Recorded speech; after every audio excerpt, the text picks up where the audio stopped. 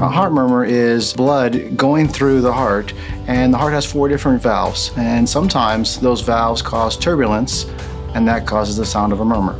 There's several causes to murmurs. We can categorize it 2 different types: murmurs that are coming from a leaky valve and murmurs that are coming from a narrowed valve. The term that we call is stenosis. The Murmur Clinic will help a lot because it will help us monitor these patients closely, and it also will allow us to provide comprehensive cardiac care to these patients.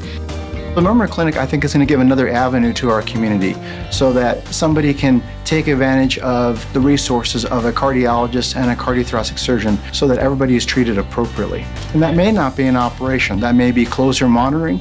That may be a percutaneous valve. It may be making the decision that somebody's not going to have an operation or a surgery. But at least it gives people the opportunity to have that conversation. They know they have that resource here. It's super important for Baptist to offer this clinic to our patients. We want our patients to live healthier and live longer. We're taking a team approach. Our cardiologists, our cardiothoracic surgeons are all working together with the patients to form the perfect treatment plan for them that fits them.